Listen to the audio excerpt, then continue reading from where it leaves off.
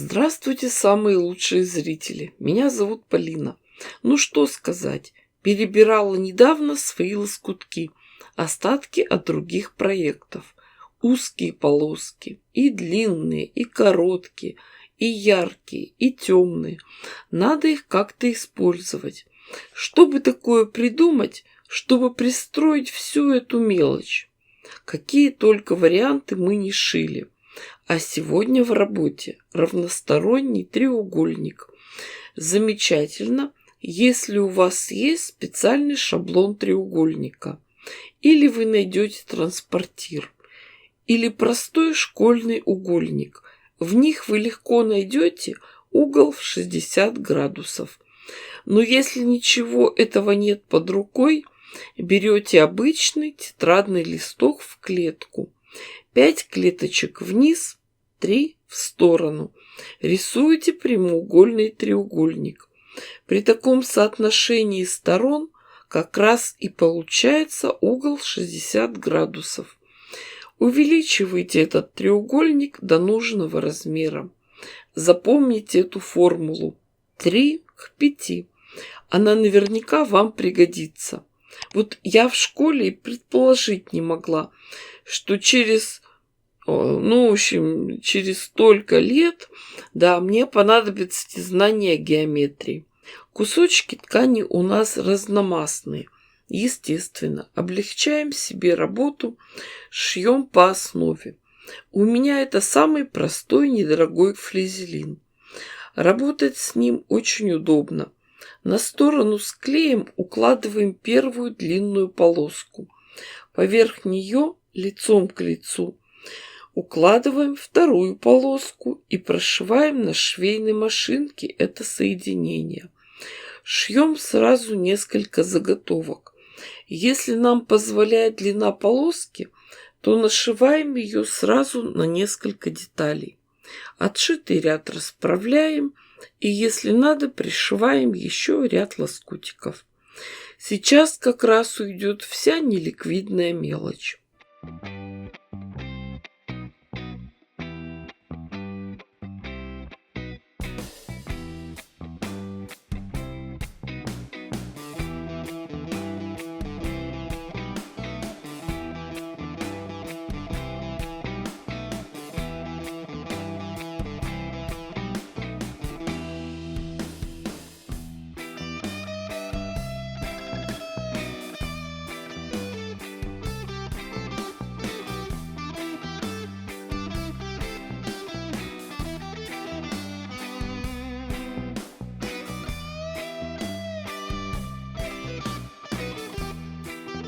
Когда вся основа заполнена, все тщательно проутюживаем. Вот она, вся прелесть работы с клеевым флизелином. Все лоскутки на месте, ничто никуда не сдвигается. Все детали тщательно промеряем, подравниваем по шаблону и отрезаем лишнюю ткань. Следующий шаг. Из готовых треугольников начинаем собирать узор. У нас и так уже в работе очень много цветов, поэтому в качестве акцента возьмем треугольники из темно-синей перкали. К ним со всех сторон пришьем наши цветные полосатые детали. Кстати, при таком способе работы можно использовать и просто ткани в полоску или клетку. Они тоже дадут очень интересный эффект. Главное не перепутать раскладку. Пришиваем со стороны широкого основания.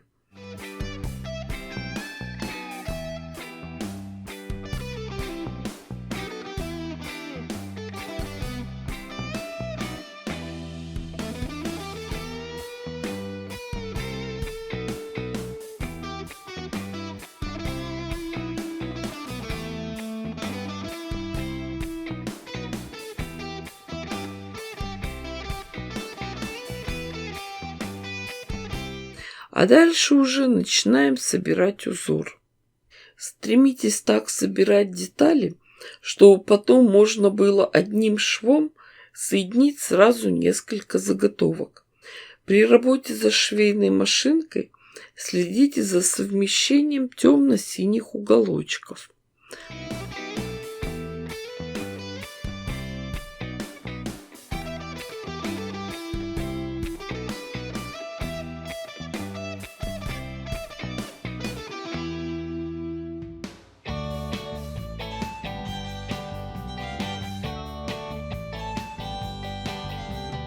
Получается очень интересное полотно. Равносторонние треугольники, которые переходят в правильные шестиугольники, гексагоны. При желании это полотно можно еще увеличивать до размеров пледа или лоскутного одеяла, но мне достаточно и того, что есть.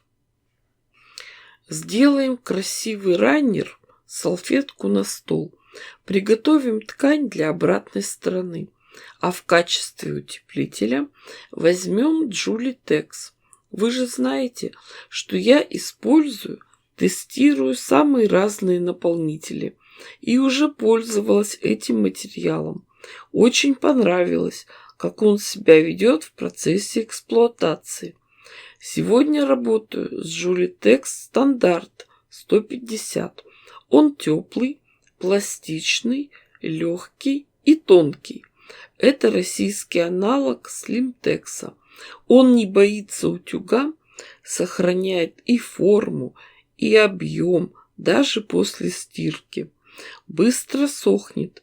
И еще самое замечательное, при стежке он спокойно лежит и не сдвигается между слоями ткани. Шьем мы в домашних условиях, на обычных бытовых швейных машинках. И важна толщина утеплителя, потому что сложно работать с большим объемным полотном. У Джулитекса отличная теплоизоляция, он прекрасно подходит и для пошива одежды. Джулитекс использует профессиональные квилтеры, которые шьют лоскутные изделия на продажу или для участия в выставках. Прекрасно, что прогресс не стоит на месте.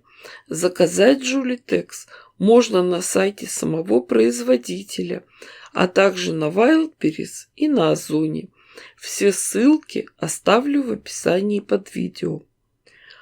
Поверх утеплителя выкладываем красивую лоскутную часть и закалываем все английскими булавками для квилтинга. Они изогнутой формы.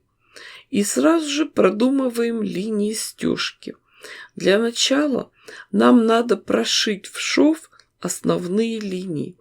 Здесь у нас 3 направления швов. Стежку начинаем с верхнего края изделия.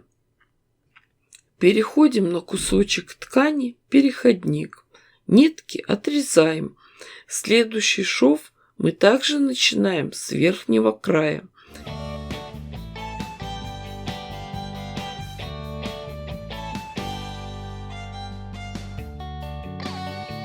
Таким образом мы прошиваем все полотно по всем швам. Лапка у нас обычная, строчка прямая.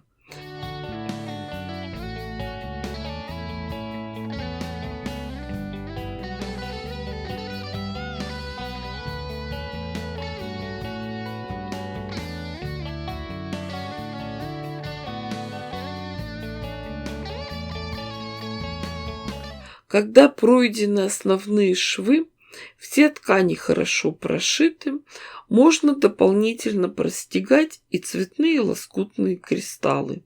Нам ведь надо укрепить те небольшие кусочки ткани, из которых мы собирали узор. Здесь можно использовать какой-нибудь фигурный шов.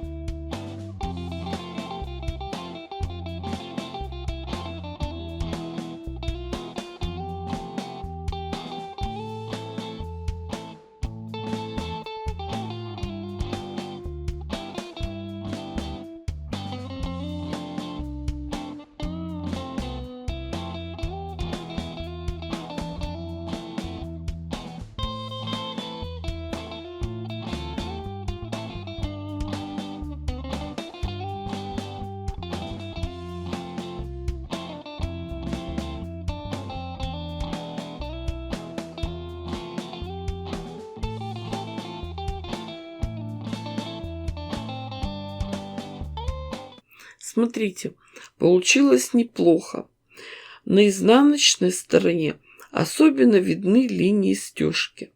Но можно сделать еще дополнительные швы, укрепить, прошить синие треугольники.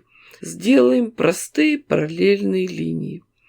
Конечно же, каждая мастерица сама решает, что и как ей шить. Я только даю идею.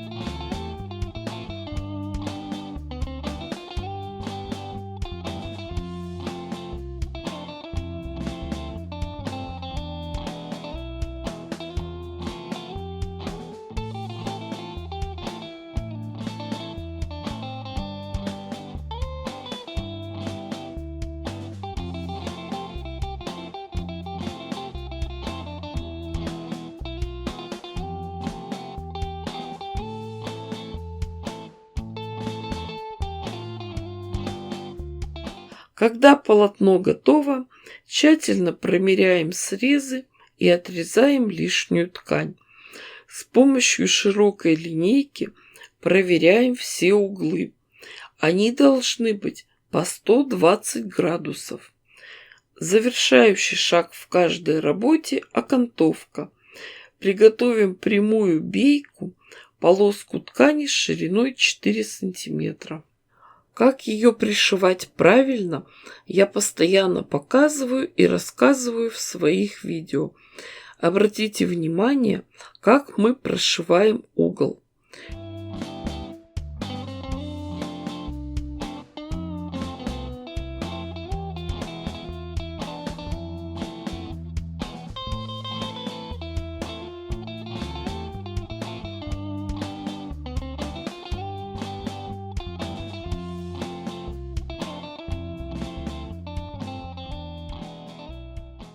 Пришитую бейку отворачиваем на другую сторону, дважды подгибаем и пришиваем на швейной машинке.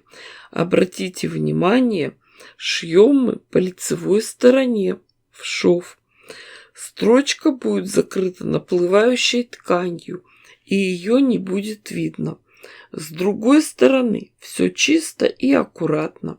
Если вы новичок, то сначала лучше прошить иголкой с ниткой.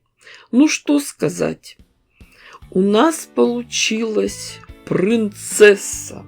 Да, как есть принцесса. Нет, не принцесса. Королевна. Да, у нас получилась замечательная салфетка раннер на стол. Раннер – это узкая скатерть или полоска ткани, которая настилается поверх основной скатерти для украшения стола. А для нас, рукодельниц, это лишняя возможность блеснуть своим мастерством. Да и семейный обед с таким раннером на столе станет более уютным. Ведь с каждым лоскутиком может быть связана своя история. Всем мира, тепла и уюта. Ставьте классы, пишите комментарии. Обязательно подпишитесь на мой канал на Дзене, группы ВКонтакте и Одноклассниках. Жду вас на Бусти. Там сейчас выкладываю все новинки и самые лучшие мастер-классы в хорошем качестве и без рекламы. С вами была Полина. Всем пока-пока и до скорых встреч!